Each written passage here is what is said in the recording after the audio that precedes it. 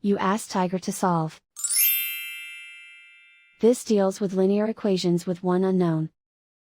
The final result is a equals -11/3. Let's solve it step by step. Swap sides. Group all constants on the right side of the equation. Add 28 to both sides. Simplify the arithmetic.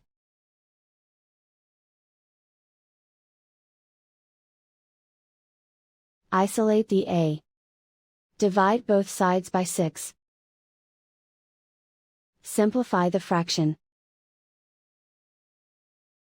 Find the greatest common factor of the numerator and denominator.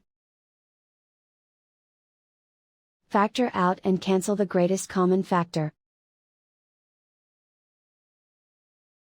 And so the final result is a equals -11/3.